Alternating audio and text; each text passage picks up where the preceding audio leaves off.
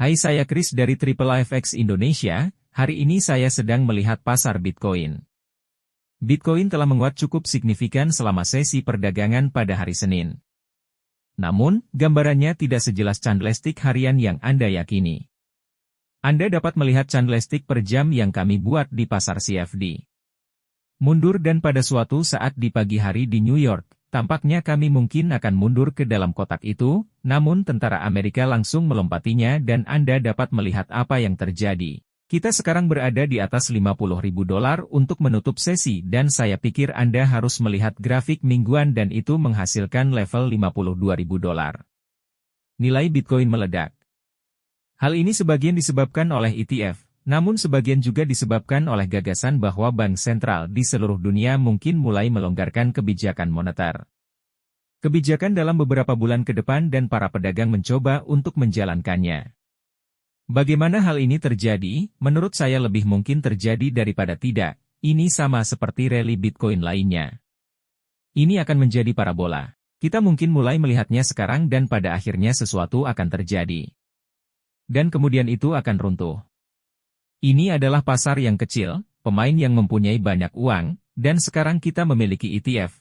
Hal tersebut akan menjadi lebih besar lagi. Mereka akan berkonsentrasi untuk meningkatkan nilai ETF atau menempatkan Bitcoin lebih tinggi dan kemudian mereka akan menyerahkannya kepada pedagang eceran dan mereka akan mandi lagi. Oleh karena itu, Anda harus sangat berhati-hati. Sekarang, apakah saya akan memperpendek pasar ini? Tidak, sama sekali tidak. Apakah menurut saya hal itu meminta untuk pergi ke sana? Tentu saja, tapi perhatikan bagaimana kita mendapatkan lonjakan sebesar ini. Lalu kita turun 50% dan melonjak lagi di sini pada akhir tahun 21 dan kemudian turun sekitar 80%. Saya tidak melihat apapun di bagian ini yang menunjukkan hal itu tidak akan terjadi lagi. Selanjutnya, Anda harus mengkhawatirkan kondisi keuangan secara umum.